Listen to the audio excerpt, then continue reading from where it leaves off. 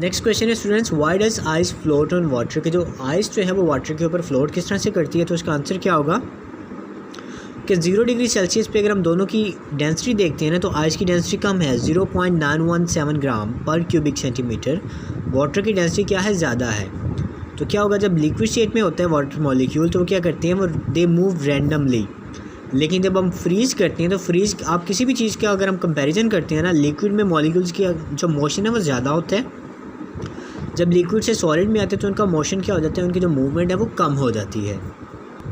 और ये किस तरह से होता है, कैसे होता है, ये अभी आगे वाले जो चैप्टर्स हैं, चैप्टर नंबर 5, वहाँ पे हम डिटेल से इसको स्टडी भी करेंगे। तो वाटर मॉलिक्यूल्स जब फ्रीज़ करते हैं, the molecules arrange themselves in an ordered form that gives them open structure. और ये ओपन स्ट्रक्चर किस तरह से आता है वो मैंने आपको एक सेपरेट वीडियो के अंदर एक्सप्लेन भी किया था। तो जब ओपन स्ट्रक्चर आएगा तो इसकी वजह से क्या हो, this process expends the molecules that results in ice being less dense then water. तो जब मॉलिक्यूल एक्सपैंड करेगा तो आइस की डेंसिटी क्या हो जाएगी, कम हो जाएगी वाटर के कंपैरिजन में। तो जब आइस की डेंसिटी कम है तो क्या होगा, ice will float on the surface of water. Next students, question number 16 है हमारे पास, give the characteristic properties of ionic compound. और क्वेश्चन नंबर 17 है, what characteristic properties do covalent compounds have. तो स्टूडेंट्स अगर आप पेज नंबर 69 ओपन करते हैं टेक्स्ट बुक में, तो द आयनिक कंपाउंड्स है फॉलोइंग प्रॉपर्टीज़। यहाँ पे 4 प्रॉपर्टीज़ लिखी हुई हैं, आपने कोई सी भी 3 प्रॉपर्टीज़ आपने राइट करनी है।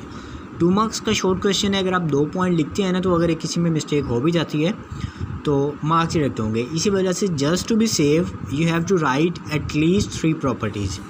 तो सबसे पहली प्रॉपर्टी क्या है, ionic compounds are mostly crystalline solid, जैसे हमारे पास सोडियम क्लोराइड।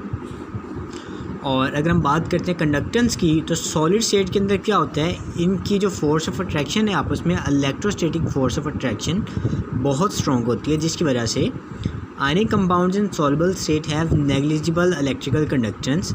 लेकिन जब हम इनका सोल्यूशन बनाते हैं, जब ये मोल्टन फॉर्म में होते हैं, तो ये जो आयन्स है वो सेपरेट हो जाते हैं, जिसकी वजह से वो क्या होते हैं, दे आर गुड कंडक्टर्स। तो ये complete first and second point हो गया। अगर हम पॉइंट नंबर 3 की बात करते हैं, तो यहाँ पे उन्होंने melting and boiling points given है कि जो आयनिक कंपाउंड्स होते हैं उनके मेल्टिंग एंड बॉइलिंग पॉइंट्स क्या होते हैं, हाई होते हैं। जैसे सोडियम क्लोराइड है, उसका मेल्टिंग पॉइंट 800 डिग्री सेल्सियस और जो बॉइलिंग पॉइंट है वो 1413 डिग्री सेल्सियस। ये आपने एमसीक्यूज़ के लिए मैंने आपको बताया हुआ, आपने साथ में करना है।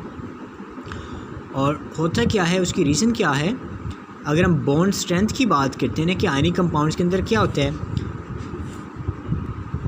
जो सोडियम और क्लोरीन है उनमें क्या होता है, as ionic compounds are made up of positive and negative ions, there exist strong electrostatic force of attraction between oppositely charge ions, so a great amount of energy is required to break these forces.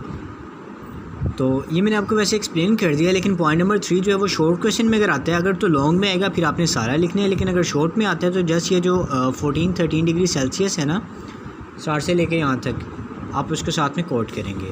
और point number 4 क्या है, they dissolve easily in polar solvents like water. उसकी reason क्या है, water has high dielectric constant that weakens the attraction between ions. और जब आप water के अंदर इंक्वायर करते हैं तो क्या होता है, क्योंकि ये आयंस बना देते हैं, जिसकी वजह से क्या होता है, ये हमारे जो जितने भी आयनिक कंपाउंड्स हैं they are soluble in water.